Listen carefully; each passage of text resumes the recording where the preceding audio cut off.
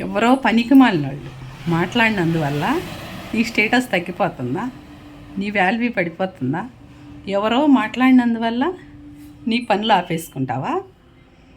నీ కుటుంబం విలువ తగ్గిపోతుందా? ఎవరో ఏమో అనుకుంటే నీ ఇంటి పేరు పాడవుతుందా? అది కాదు. పైవాడు పైవాడు చూడాలి. పైవాడు ఏదైనా నిర్ణయించాలి. మనుషులు మనం నిమిత్త మాత్రం. దేవుడు చేతిలో మనం అంటే ఊస్తే ఎగిరిపోయే దుమ్ము లాంటి వాళ్ళమే. ఇంత మాత్రానికి ఆలోచించేసి మనకి కోట్లు ఉన్నాయి వెనకమాల, మనకి ఇంటి పేరు పెద్దగా ఉంది, మనకు స్టేటస్ ఉంది, మనకు అందం ఉంది, మనకు ఐశ్వర్యం ఉంది అని ఫీల్ అవ్వంగానే ఏమీ వరగదు అక్కడ. అర్థమైందా? ఎవ్వరి మనసును హర్ట్ చేయకుండా ఉండాలి. పెద్దరికం అంటే ఏంది? పెద్ద మాటలు మాట్లాడాలి, తెలివిగా ఉండాలి. మన కుటుంబ బాధ్యతలు మనం నటించుకుంటే రావు. అర్థమవుతుందా? అది జీవిస్తే వస్తాయి, అది జరిగితే ఎదురోళ్ళకి అనిపించాలి. అర్థమైందా?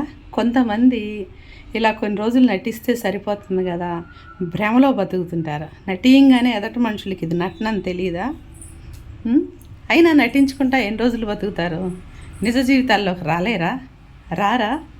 అవును, కొంతమంది ఇట్లా వాళ్ళేమనుకుంటున్నారు, వీళ్ళేమనుకుంటున్నారు, ఇదేంటి అదేంటి ఇందులోనే బతుకుతుంటారు. ఏంటో మరి అర్థం కాదు, కానీ అదొక ప్రేమ. కాసేపట్లోనే మనకి మనసులో ప్రేమ ఉంటుంది, కాసేపట్లోనే ప్రేమ తగ్గిపోయిద్దా?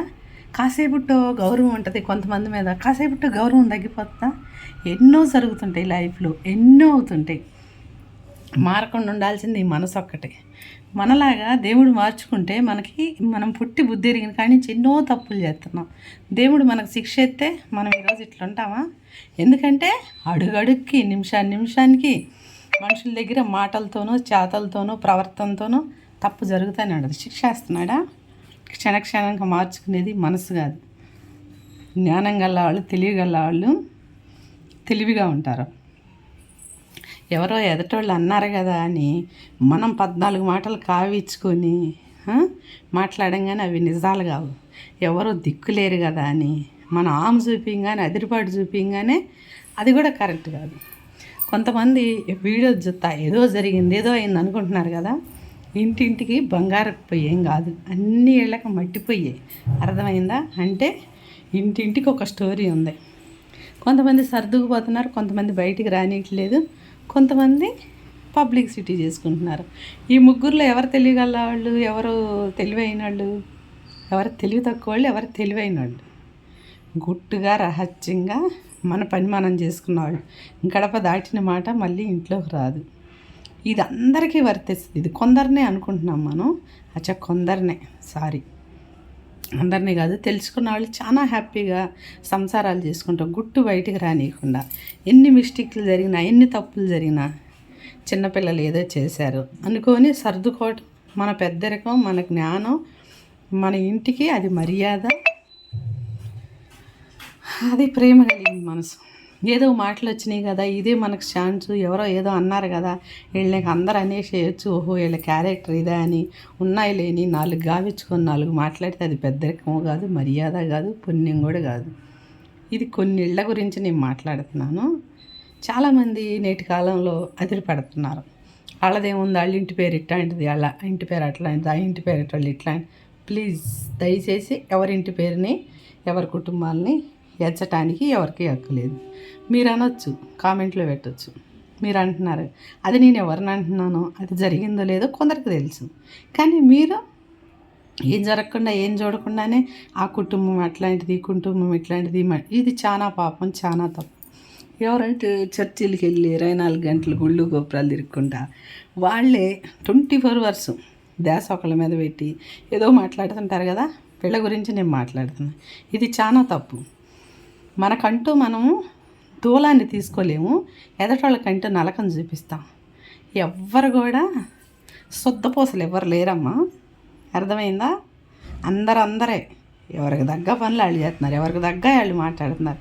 మనం మంచోళ్ళమి చెడ్డోళ్ళం అని నాతో సహా సర్టిఫికెట్ ఇచ్చుకోవడానికి అంత సీన్ లేదు ఎవరికి. అర్థమవుతుందా? ఎందుకు ఈ మాట చెబుతున్నానంటే ఏదో సందర్భంలో ఏదో ప్రాబ్లం వస్తుంది, ఏదో జరుగుతుంటుంది, మనం ఏదో మాట్లాడుతుంటాం. మాట్లాడంగానే ఇక ఇక ఇదైపోయినట్టేనా, అన్నీ స్టోరీలు తెలిసిపోయినట్టేనా, అన్ని స్టోరీలు సెటిల్మెంట్లు అయినట్టేనా? సెటిల్మెంట్ చేయగలమా మనం? మన చేతుల్లో ఏముంది? పైవాడు తలుచుకుంటే ఏదైనా చేస్తాడు. మన చేతుల్లో ఏమీ లేదు తెలుసా, ఒట్టి నిమిత్త మాత్రమే. ఇంత నేను సంసారం చేసి అంత సంసారం చేసి నేను అంత పెద్దరికం ఇంత పెద్దరికం అని అందరు చెప్తారు, కానీ ఈ విషయం కొందరికి తెలియదు. గుట్టుగా ఉంచుకోవాలి. ఏది మనలో జరిగినా, మన కుటుంబంలో జరిగినా గుట్టుగా మాట్లాడాలి. అది మన పిల్లలు కావచ్చు, బయట వాళ్ళు కావచ్చు, ఫ్రెండ్స్ కావచ్చు, రక్త సంబంధికులు కావచ్చు, కట్టుకున్నవాడు కావచ్చు, కన్న పిల్లలు కూడా కావచ్చు. ఇలా అని కొంతమంది సంసారం కుటుంబం గురించి కొవ్వొత్తులాగా కరిగిపోతున్నారు, కానీ ఏ రోజు బయటపడే వాళ్ళని ఏమంటారో మీరే నిర్ణయించండి. గడప దాటి వెళ్ళిన మాట మళ్ళీ తిరిగి వెనక్కి రాదు, ఇది మా నాన్న చెప్పేవాడు. అందుకే మాటను ఎప్పుడు గడప దాటి బయటికి వెళ్ళకుండా చూసుకునేవాళ్ళే మంచి సంసారాలు. అందరు చెప్పుకొని స్టాంప్ వేసుకొని తిరిగితే కాదు, వాళ్ళ కుటుంబం అట్లా, వాళ్ళ ఇంటి పేరటోళ్ళు ఇట్లా. ఇంకోసారి చెబుతున్నాను, ఎవరింటి పేరటోళ్ళు ఇట్లా అట్లా అని ఇది చేయటానికి లేదు. ఇవాళ రేపు జనరేషన్ ఎలా ఉందంటే ఎవరిదాళ్ళు చూసుకుంటున్నారు. ఇంటి పేరు దాకా వెళ్ళారు. కన్న పిల్లలకి కన్న తల్లికి అండర్స్టాండింగ్ లేదు. అర్థమవుతుందా? ఎవరికెవరో ఇంక ఇంటి పేరుని పట్టుకొని వెళ్ళిలాడుతున్నారు, ఎక్కడో తోక అది. అర్థమైందా? ఇది తెలుసుకొని ఒళ్ళు దగ్గర పెట్టుకొని జ్ఞానంగా ఉంటే కొంతమందికి మర్యాదగా ఉంటుంది, మర్యాద ఇస్తారు. ఒక సంగతి తెలుసా, 2 చేతులు లేనిదే సప్పట్లు కావు. ఏదన్నా అయిందంటే 2 పక్కలు తప్పు ఉంటుంది. కొంతమంది ఏమంటారో తెలుసా, మేము చాలా అది ఇది చెప్పుకునేదానికన్నా చేసేది చాలా ముఖ్యం ఫ్రెండ్స్. చేసి చూపించేది. నలుగురిలోకి పోయిన మాట ఎంత చిల్లరగా ఉంటుందో, అల్లరిగా ఉంటుందో పెద్దవాళ్ళం మనం తెలుసుకొని మాట్లాడాలి. ఒక మాట నిన్నంటే నీకు ఎంత బాధ అనిపిస్తుంది, నువ్వు అనేటప్పుడు కూడా అదే అనొద్దు, అనిపించుకోవద్దు. ఒక మాట మనం అంటాం ఎందుకు, 100 మాటలు అనిపించుకోవటం ఎందుకు? ఇది కొంతమందికే ఫ్రెండ్స్, అందరికి కాదు. Bye, see you, I'm sorry.